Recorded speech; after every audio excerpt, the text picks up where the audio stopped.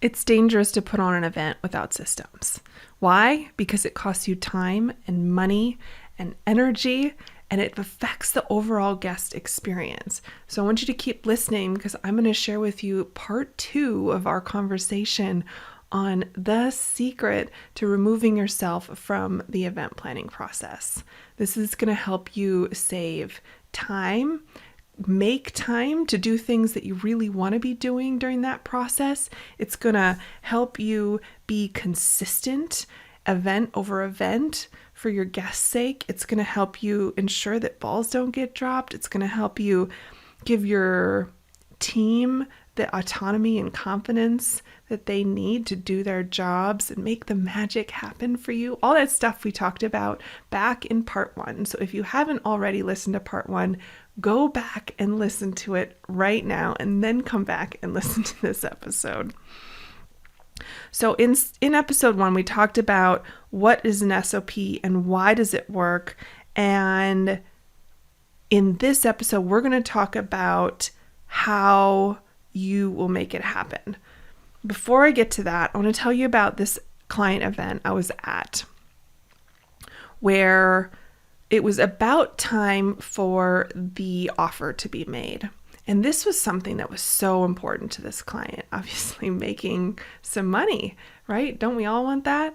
And we had talked about the process from a technical perspective. I was acting as an executive producer on this event. I do that for larger scale events where a client needs a bridge between their team, their in-house team, and the technical production team, just to ensure that everything goes super smoothly on the stage and what they want to happen actually happens technically.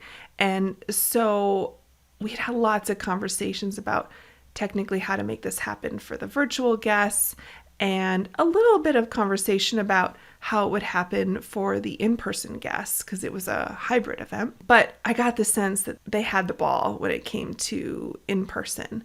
And we got on site because my job was actually managing all things virtual.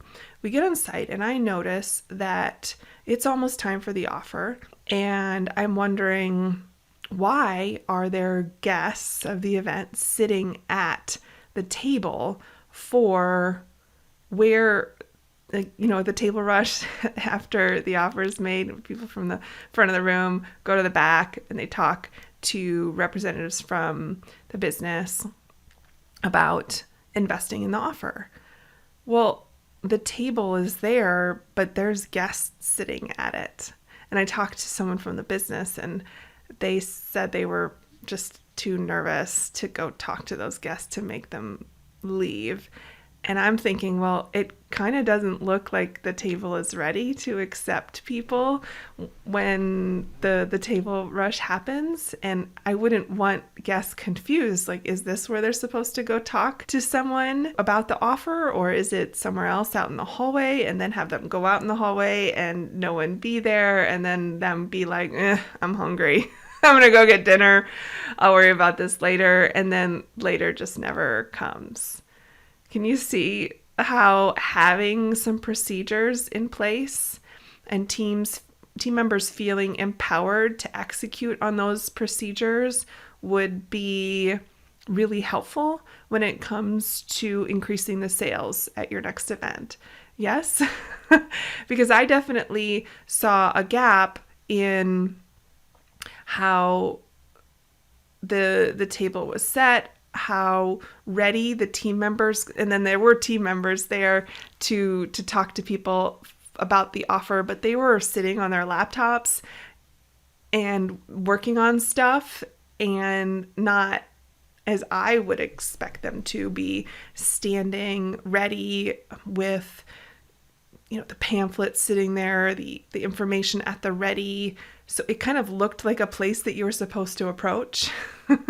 and that team members also had the order forms in their hands and were standing on the sides of the ballroom ready to hand them out, and had a process for who's doing what rows. Like, those are all details that come out of your head and into an SOP so that your team whoever's doing it on that event can brief themselves before it's game time and then execute. And there's stuff that's like super mega important like that for in terms of revenue driving, but also basic stuff like we talked about in the last conversation about how are we gonna feed these people? Do we want them to have caffeine? Do we want them to have access to water frequently? I hope the answer is yes. Do we want to serve them lunch?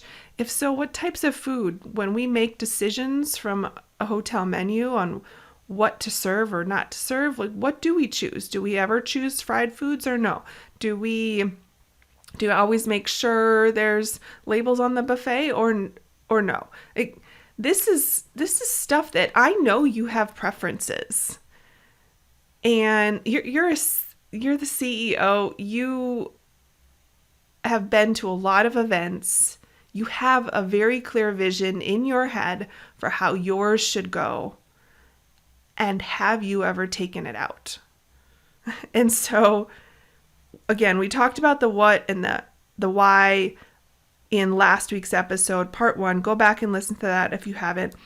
We're going to move on now to the how. How will you make this happen? I want to give you some very step-by-step specific instructions so that you can give this episode to your integrator and have them listen to it and integrate this into your event planning process. Okay? First, how will you make these? And I'm going to tell you a secret. There are people who can do this for you. So if you need to hire this out, then make that task for your integrator because you need to have them.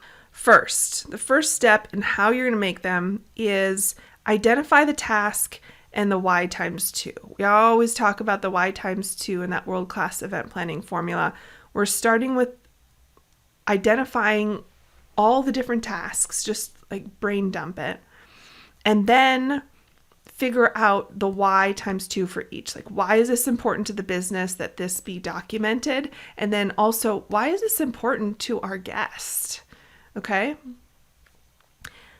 So you've identified the task and the why times 2. And then the second step is to come up with a format. This is easy peasy, but just make a decision. I like written SOPs with screenshots. That's important to me, or pictures. And I love an accompanying video if someone's ever done a training on this, or you're talking your team member through the what and the why. Record it, put it into the same Dropbox folder with the documented SOP. And then decide on the level of detail. I personally err on the side of being super, super detailed, like beginner level detailed. And I know that annoys some people who are a little bit more advanced, a little bit closer to that A player level. But it almost feels like too much detail to wade through. But here's the thing.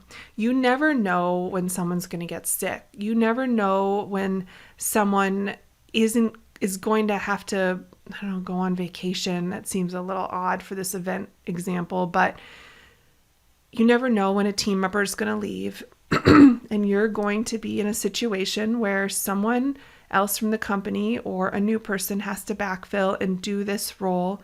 And gosh forbid you are a week or 2 out from an event and they're green and they aren't advanced enough to fill in the gaps in an SOP. I have trained in a lot of VAs who are very smart individuals, and I've watched them follow an SOP that I've created.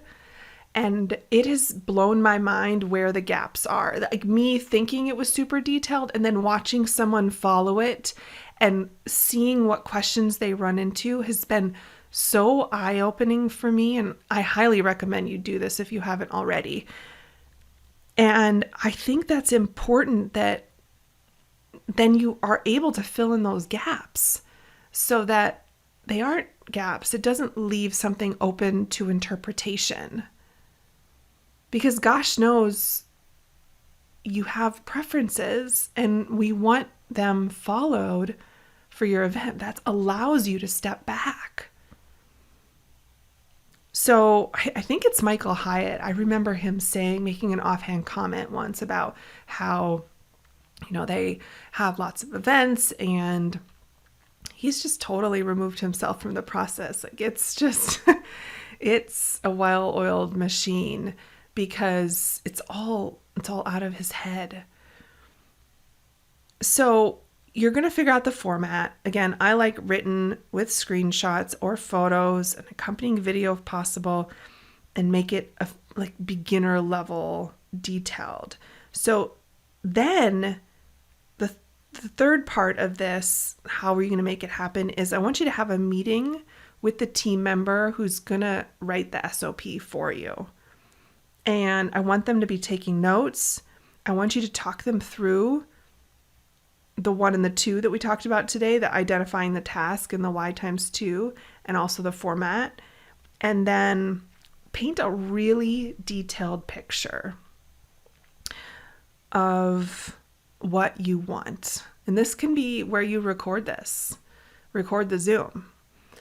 And I'm reading right now Atlas of the Heart by Brene Brown, and I think it was the section on expectations.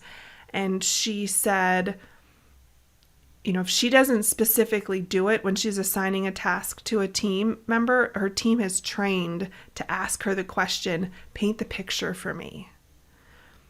Because we don't, until we get it all out. And maybe there are some team members on your team who are better at getting stuff out of you than others. And so maybe the step goes to not the team member who's going to do the thing, but the team member who's best at helping pull details out of your head. Is just make sure that you have that meeting and you get everything out as much as you can. Okay. And then step 4 is you're going to have the team member write the SOP. You're not going to do it. And then, which feels like such a weight off your shoulders, doesn't it? I know it's not my area of expertise. I don't have the patience to write it as detailed as it needs to be written. But have your team member do it, and then you review and approve it. That's an important step. Like, it should never be written and then filed away. It needs to come back to you. You need to review it and approve it. I'd love if you had the time to have them watch them do it and then give feedback, but I understand in an event scenario it might not be possible, and you might in the postmortem just talk through any new SOPs and how it went executing them and answer questions and fill in gaps. So that's number 5, reviewing and approving it. Number 6 is I want you to make sure you go back to these, or you assign the task to somebody to every 6 months go back, or a year, go back, keep it up to date. Or after every event cycle, make that part of the process is just like making updates to them while everything's still fresh in your mind about what just happened. Number 7 is the most important one. And you have to star this and underline it if you're writing this down right now. And I hope you are. Step 7 is holding them accountable. And this is important because like Starbucks and McDonald's, they wouldn't be what they are today if they didn't have leadership in place that was holding people accountable to the standard operating procedures that are in place. Are you agreeing with me here? Are you tracking with me? Because that's why it's a consistent experience for us when we go to one place, Starbucks in New York versus Starbucks in Dubai, right? Like it's that consistency that's comforting for us. And that consistency is what's going to be comforting for your guests. It's also going to be comforting for you, knowing that your vision is being executed as you wanted it to be executed. So hold your team accountable. Like, let them know when you notice that they're deviating from the standard operating procedure. Not in a punitive way, but just like, hey, I noticed that. It's okay to do this, but it's not okay to do this. Remember to be constantly setting those. The SOPs are kind of like boundaries. You're setting them, and then you're holding people accountable to them. It's also from Atlas of the Heart right now. I loved her section on boundaries and just her two-part framework, which is first say it's okay to, and then say, but it's not okay to. And it felt so freeing. I love it. So now that we've gone through the 7 steps, I want to give you a couple pro tips. So you might be asking the question right now, well, what about my Monday or Asana or ClickUp? Great question. I think these definitely should be considered for inclusion in your project management systems. And it's for you to decide how it feels right. I think it's a great idea to have like task templates that include either a link to the SOP, or the task template is the checklist for the SOP, and the SOP is linked there as like the visual documentation for the nitty-gritty on how to do it.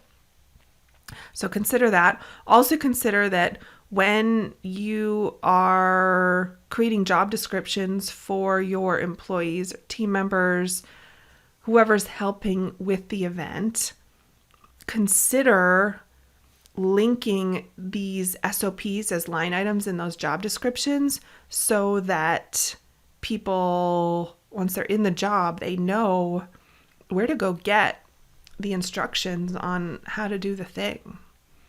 I think one of the coolest things about Brendan Burchard is his event experience feels like a well-oiled machine. And I don't think that's by accident. I think that I just get the sense that all of his team are on the same page and know what the page says.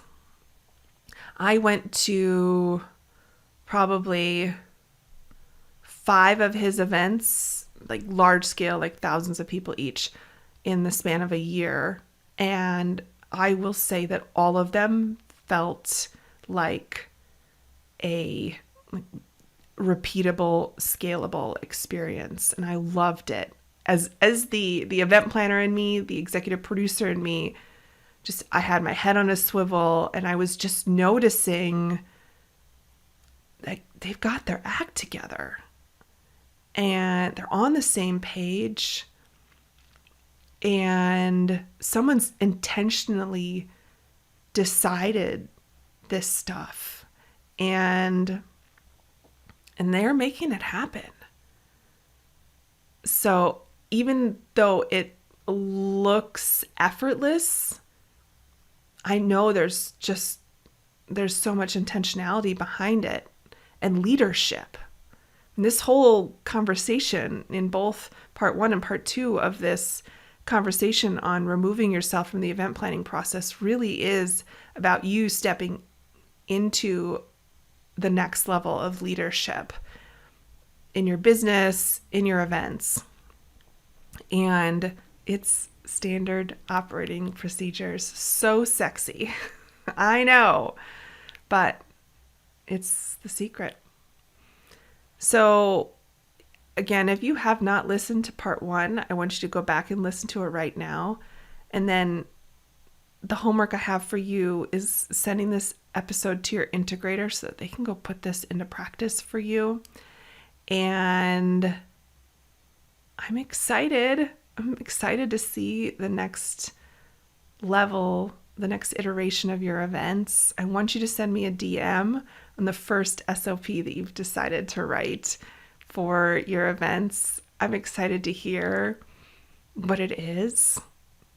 I remember listening to an episode Chris Harder shared recently after he'd gone to Brendan Burchard's private mastermind and had such a powerful experience sitting in U-shape table with everyone in the room and being able to look them each other in the eye as they talked over the 2-3 days they were together. And then he went back home and was internalizing the lessons from the event. And one of them was that his mastermind, his elite level mastermind, had gotten away from U-shaped tables for whatever reason. Maybe it was just a venue they selected once couldn't support it and they switched from U-shaped to classroom, and then they just hadn't gone back. And he said in this podcast episode, we're going back to U-shape because it was so powerful from a mastermind perspective, and we're not going back. Like, it's now going to be how we do things. And it just made me think, that's why we do SOPs. It's powerful, and it keeps the train on the track, keeps the plane on course, right? All right. Thanks for hanging out with me today. This has been so fun. Take care. Make it an outstanding rest of the week.